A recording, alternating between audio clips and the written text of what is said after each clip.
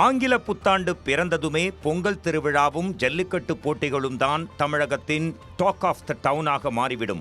அதிலும் அவனியாபுரம், பாலமேடு, அலங்காநல்லூர் என்று அடுத்தடுத்த நாட்களில் அரங்கேறும் ஜல்லிக்கட்டு போட்டிகள் அனைவரையும் உற்சாகமூட்டியது. ஒரு பக்கம் மாடுபிடி வீரர்கள் காளைகளை அடக்கி பயிற்சி எடுக்க, மறுபுறம் மண்ணை குத்தியும் தண்ணீரில் நீச்சல் அடித்தும் நடைபயிற்சியும் மேற்கொண்டு காளைகளும் களம் காண தயாராகின.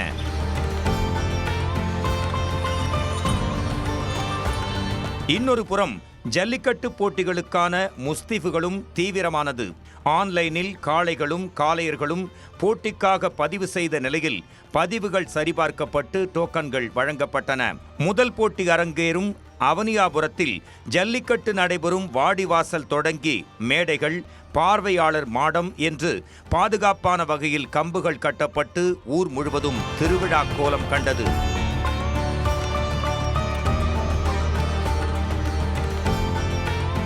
ஜனவரி 14ஆம் தேதி தைத்திங்கள் பிறந்ததும் காலையிலேயே காளைகள் சீரிப்பாயும் வாடிவாசலில் பூஜைகள் மேற்கொள்ளப்பட்டன.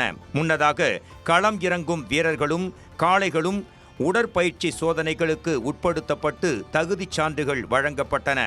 1100 காளைகளுக்கும் 900 வீரர்களுக்கும் அனுமதி வழங்கப்பட்ட நிலையில் 834 காளைகளும் 500 காளையர்களும் களம் கண்டனர்.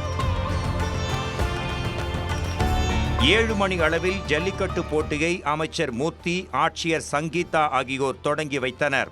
ஒவ்வொரு சுற்றுக்கும் 50 வீரர்கள் களம் இறங்கினர். வாடி வாசலில் இருந்து சீறி பாய்ந்த காளைகளை காளையர்கள் எகிரி பாய்ந்து காளையின் திமிலை பிடித்து அடக்கினர்.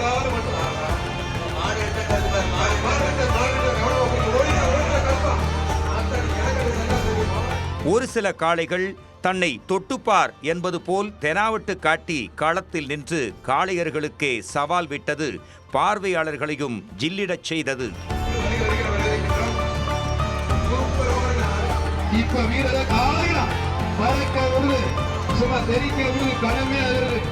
சுமார் 11 சுற்றுகள் நடைபெற்ற ஜல்லிக்கட்டு போட்டியில் பங்கேற்ற அனைத்து காளைகளுக்கும் பரிசுகள் வழங்கப்பட்டன. 11 சுற்றுகள் முடிவில் திருப்பரங்குன்றம் கார்த்தி 19 காளைகளை அடக்கி முதல் இடமும், குன்னத்தூர் அரவிந்த் திவாகர் 15 காளைகளை பிடித்து 2ஆம் இடத்தையும் பிடித்தனர்.